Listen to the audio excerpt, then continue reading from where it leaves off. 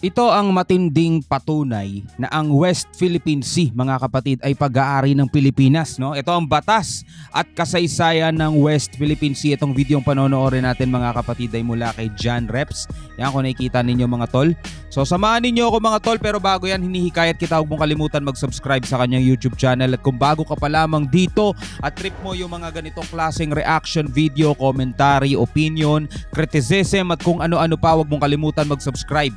Click mo na rin ang notification bell para ma-notify ka pag may mga bago tayong commentary at reaction video na tulad dito. Alright, so wag na natin patagalin pa. Total, wala na rin naman tayong hinihintay na. Panoorin na natin to, mga tol. Unti-unting binabakuran ng China ang mga isla na nasa loob ng ating nasasakupan. Pero mga kabayan, ano nga ba ang bahagi ng ating teritoryo sa tinatawag nating West Philippine Sea? Ito ang sinasabi ng China na ito daw ay kanila noong Sai Dynasty pa ata yun, di ba? So sobrang tagal na daw nun, kanila daw to. Pero nagsimula lang silang mag-claim dito at nagsimula lang silang kumilos, mga tol. Ang sabi, noong 1947 lang daw, mga tol. So kung titignan mo, parang kakatapos lang ata nung gera no, sumuko na yung mga Hapon noong 1945, no? Tama ba? 1945 sa Amerikano, mga tol. Kaya kung makikita mo, batang-bata pa talaga yan eh. Unlike doon sa mapa natin, di ba? Na panahon pa ng mga Kastila, panahon pa ng unang paglalakbay ni Magellan, mga tol. Meron na tayong mapa dyan, mga gumawa ng mapa na yan. At masasabi mo talagang etong West Philippine Sea o etong kiniklaim natin, meron tayo talagang basehan at pinagbabatayan na talagang ito ay part ng ating soberanya, mga tol. Pero sige, pagpatuloy natin to, panoorin natin. Paano ba natin nasabi na parte ng ating nasasakupan ang karagatang ito?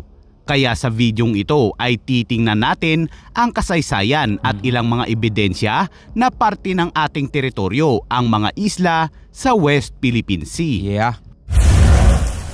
Ito maganda to kasi ano to, documentary, history, mga tol, at para maging aware tayo lahat. Para kung meron man tayong gustong ipaglaban, at least kahit papano meron tayong nalalaman. No? So maganda tong mga ganitong video. Lalo-lalo na para sa mga kabataan ngayon kasi kayo susunod na henerasyon, mga kapatid. No? Kailangan malaman din natin to. No? Tuloy natin. Patuloy pa rin ang pakikipaglaban ni Juan o tayong mga Pilipino na protektahan ang ating mga karapatan sa West Philippine Sea. Ang West Philippine Sea ay dagat sa parte ng South China Sea. Ang West Philippine Sea ay isang exclusive economic zone ng Pilipinas. Kasama sa loob ng West Philippine Sea ang mga isla na Scarborough Shoal, Kalayaan Island Group, at mga bahagi ng Spratly Island. Nauna ang Pilipinas sa pag-angkin at pagkilala sa West Philippine Sea noong 18th century. Makikita sa mapa na ginawa noong 1734 ng isang desert priest na si Father Murillo Velarde. Bahagi na ng Pilipinas ang Panakot Shoal bago pa ito tinawag na Scarborough Shoal. Panakot Shoal pa ang tawag dyan, no? So matagal na, 18th century pa, mga tol.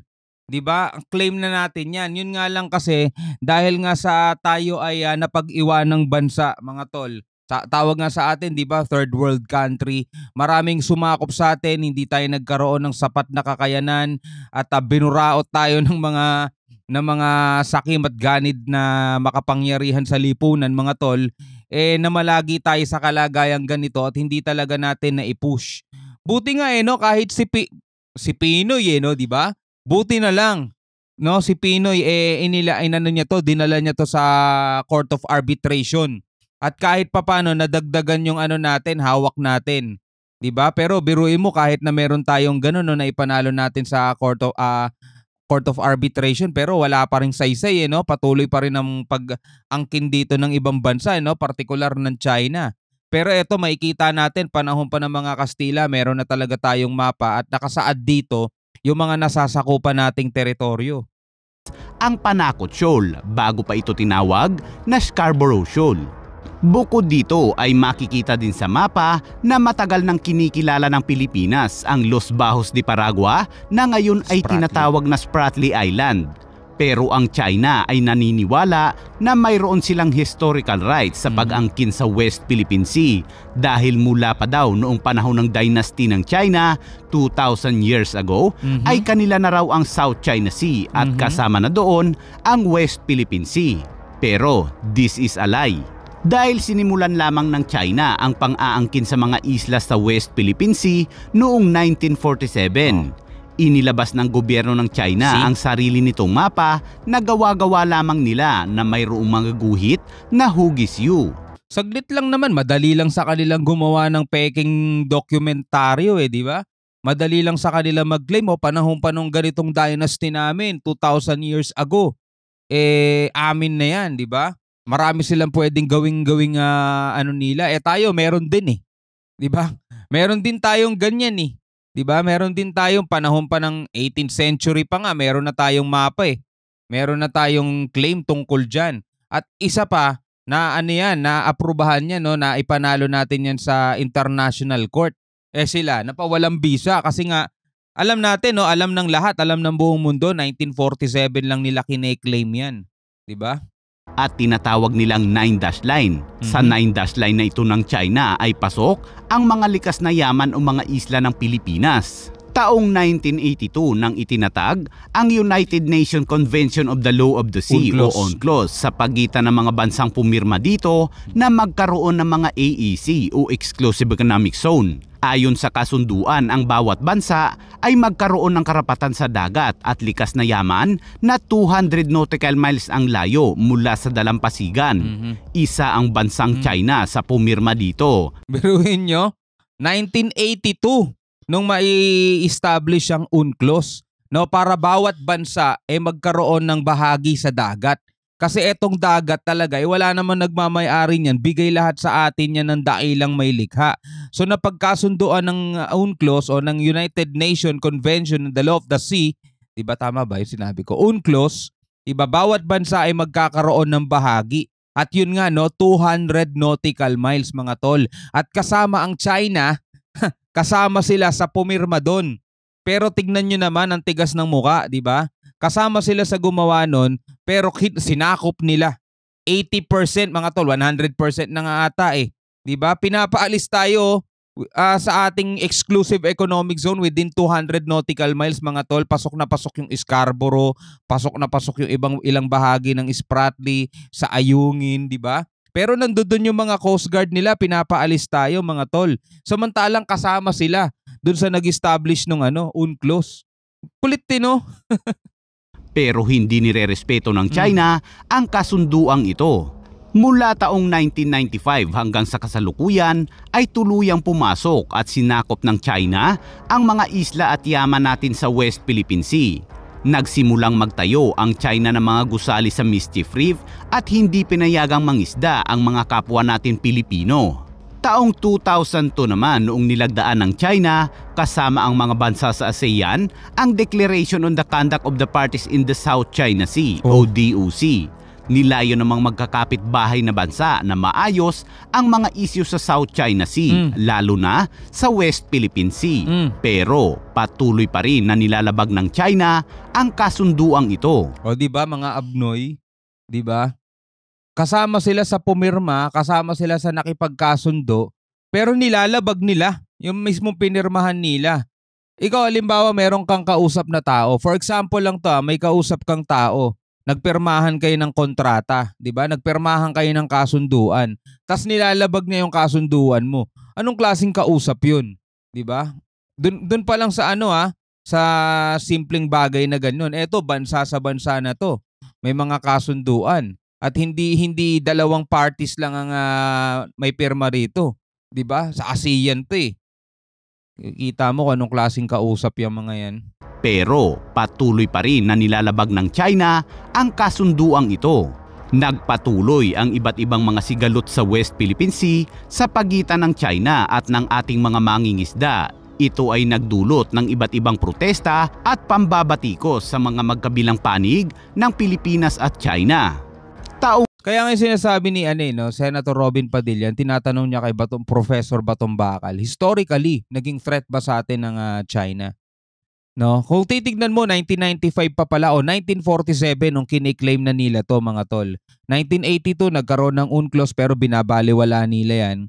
So 1995 nung nagsimula na silang pumasok dito sa ating bakuran mga tol. Historically, history na yan. 1995, anong taon na ngayon? 2023 na. So history, sa history natin ay naging threat talaga sila mga kapatid. Noong 2013 nang sinubukan ng Pilipinas na ipaglaban ang karapatan gamit ang kasaysayan at batas. Balikan natin, 2016. Ng Pilipinas at China. Taong 2013 nang sinubukan ng Pilipinas na ipaglaban ang karapatan gamit ang kasaysayan at batas. Hinain ng Pilipinas ang isyu sa West Philippine Sea laban sa China sa isang arbitral tribunal sa The Hague, Netherlands. At noong 2016 ay pinanigan ng arbitral tribunal ang Pilipinas dahil walang basihan na historical ang China sa pag-aangkin sa South China Sea, lalo na sa West Philippine Sea. Ngunit hindi muli nirespeto ng China ang desisyong ito at nagpatuloy lang ang China sa pagtatayo ng mga paliparan, daungan at mga base ng militar sa mga islang sakop ng Pilipinas tulad ng Mischief Reef at Subi Reef. Patuloy ang pangingisda ng kanilang mga barko at panghaharas ng mga ito sa mga mangingisdang Pilipino. Kinukuha ang mga isdang huli ng Pilipino kaya't umiiyak na lamang ang mga mangingisdang Pilipino sa kanilang ginagawa. So sa madaling salita, no, yung naging hatol nung 2016 ay hindi kayang i-implement, no. Bahala ka sa bansa mo. 'Di ba? Eto, naibigay na nga namin yung hatol, nanalo ka na nga, gusto mo kami pa magpapa-implement niya. Parang ganoon eh. 'Di ba? Halimbawa na lang dito sa ating bansa. Kung ano yung hatol ng judge, halimbawa yung judge nagbaba ng kautusan, Supreme Court for example, pag nagbaba ng kautusan ng Supreme Court, yun ang ipapatupad. 'Di ba? May mga kinauukulan o may mga ahensya ng gobyerno, may mga otorisadong ipatupad yung naging hatol ng hukuman, ng court, ng korte. Pero dito mga tol, ang kaibahan nito, nagbaba ng hatol at pumanig sila sa claim ng Pilipinas dahil wala daw historical sapat na ebidensya, historical rights etong China dito sa West Philippine Sea. Pero tingnan nyo, anong nangyari? Mas lalong naging agresibo yung China. Patuloy silang nagtatayo ng mga isla. Hanggang ngayon, magpahanggang ngayon, 2016 pa na ibaba yung hatol na yon. Pero magpahanggang ngayon, nakikipaghabulan sila sa ating mga PCG, yung mga mangingisda natin, nagrereklamo, pinapaalis, tinataboy, di ba? So, nagbaba sila ng hatol pero walang otoridad na mag-i-implement no na eto sa Pilipinas to, bakuran na yan. Bawal na kayo pumasok dito, China, di ba? Walang ganun, mga tol. Nasa atin yun, nasa atin yung pagpapa-implement nung batas o nung hatol na napanalo natin. Nasa atin yun. Ang problema, mga tol, wala naman palang kakayanan ng Pilipinas noon pa, no? Ngayon pa lang tayo nagsisimulang kumuha ng mga assets. Ngayon pa lang tayo nagsisimulang palakasin yung ating sandatahan. Kumbaga parang naging kampante tayo dati na naibaba na yung hatol, panalo na tayo, okay na yan, tapos na, aalis na sila. Hindi ganun eh. Hindi ganun na naging resulta mga tol mas lalo silang nagmatigas eh. 'Di ba? Tapos yung mga sumunod mga nakaraang administrasyon, ang nabalita natin yung sa Rappler ba 'yon? 'Di ba? Hindi daw ipupush ni dating Pangulong Duterte yung arbitral ruling na 'yon. At naging kampante rin tayo sa pakikipagkaibigan natin sa China. Pero eto, nakita natin after 6 years, wala palang kwentang kaibigan no? Hindi walang kwentang kaibigan pagdating sa ekonomiya, mga tol. Okay naman sila eh. Trade partner natin 'yan at talagang napakahalagang trade partner natin. Pero dito sa usapang soberanya, mga tol, wala, no? Wala talaga. Ayon sa Philippine Coast Guard, sa panahon ni dating Pangulong Duterte, ang mga panghaharas ng China ay hindi gaanong pinapalabas sa mga telebisyon o social media. Nakakalungkot isipin na kahit mayroong batas, ay hindi ito sinusunod ng China. Mahigit 30 dekada na nating ipinaglalaban ang ating karapatan sa mga isla sa West Philippine Sea. Ano na yan eh, tawag dito, human nature na yan, mga tol. Kahit may batas, kung wala namang nagpapatupad, walang susunod. 'Di ba? Dito pa lang sa Pilipinas, alam na naman nating bawal tumawid, pero pag walang nandudong enforcer na nagpapatupad ng batas, ang daming tatawid dyan. 'Di ba? May batas na bawal ang malalakas na tunog, bawal bumusina sa harap ng mga church, for example. Pero langya, tayo, saksing buhay tayo. Sa harap ng church, dumadaan ang lakas ng sound system. May bumubusina. 'Di ba? Sa mga school zone, dapat meron lang ganitong speed limit lang. Tapos pag mga pedestrian lane, dapat magmamabagal ka. Anong nangyayari? Natutupad ba 'yon? Hindi naman, 'di ba? Bawal magtapon, bawal magkalat, pero pag walang nakikitang nagpapatupad, wala rin naman, 'di ba? Bawal ang ang daming batas sa kalsada pa lang makikita na agad natin So hindi lang sa Pilipinas yan maging sa ibang bansa mga tol. Basta kahit may batas pero wala namang nag-i-implement o wala namang enforcer na nagpapatupad nun, baliwala yun, di ba? Batas hangin lang yun. Kaya't huwag nating kalimutan kung bakit ito ipinaglalaban ng Pilipinas. Ang buong 200 nautical miles na exclusive economic zone ng Pilipinas ay hindi kailanman magiging parte ng 9-dash line ng China. Tama. Ayon na rin sa UNCLOS at Arbitral Tribunal, ay tanging Pilipinas lang ang may-ari ng lahat ng isda, langis, gas, at iba pang yaman dagat sa loob ng West Philippine Sea. Kaya nga exclusive economic zone Kaya sabi ng mga Tsekwang nagpapanggap na Pilipino, yung lagoon daw doon sa Scarborough ay binabantayan daw ng China. Ang tanong, anong karapatan nila magbantay doon? 'Di ba? Nakalagay na nga, 'di ba? Lahat ng isda, lahat ng yamang dagat daw na nandirito sa West Philippine Sea ay eksklusibo lang daw sa Pilipinas. Balikan natin ulit yung sinabi. Arbitral Tribunal ay tanging balikan natin. zone ng Pilipinas ay hindi kailanman magiging parte ng 9-dash line ng China. Ayon na rin sa UNCLOS at Arbitral Tribunal, ay tanging Pilipinas lang ang may-ari ng lahat ng isda, langis, gas, at iba pang yaman dagat sa loob ng West Philippine Sea. Ayon daw sa UNCLOS mga tol, ay tanging, pag sinabing tanging, wala nang iba, di ba? Tanging Pilipinas lang daw ang may-ari ng lahat ng isda, langis, at kung ano-ano pang yamang dagat na nakapaloob sa 200 nautical miles West Philippine Sea natin o pasok sa ating EEZ o Exclusive Economic Zone. Kaya kung may magsasabi man na etong lagoon doon sa may Scarborough na breeding lugar ng mga isda binabantayan lang ng China, pro-environment daw sila mga tol, ibigay nyo na yan sa Pilipinas, wala daw kayong karapatan dyan, sabi ng UNCLOS. Kaya doon sa mga Tsekwang nagpapanggap na Pilipino, ayan, sinabi na ni John Reps mga tol, ayon daw sa UNCLOS. So ikaw, anong masasabi mo dyan? Comment ka sa baba. Dapat lamang ipaglaban at depensahan ang dapat sa atin. Atin ang West Philippine Sea sa ilalim ng batas at kasaysayan. Tama. West Philippine Sea, dagat ng mga Pilipino, atin ito. Alright, bilang isang Pilipino, ano ang masasabi mo dito sa videong napanood natin? Maiging mag-comment ka sa baba para sa iyong opinion at ma-share mo kung ano ang iyong saloobin. Maraming salamat sa inyong panonood mga tol at mga kapatid. Hanggang sa muli, ako nga po pala si Shobal D. Peace out.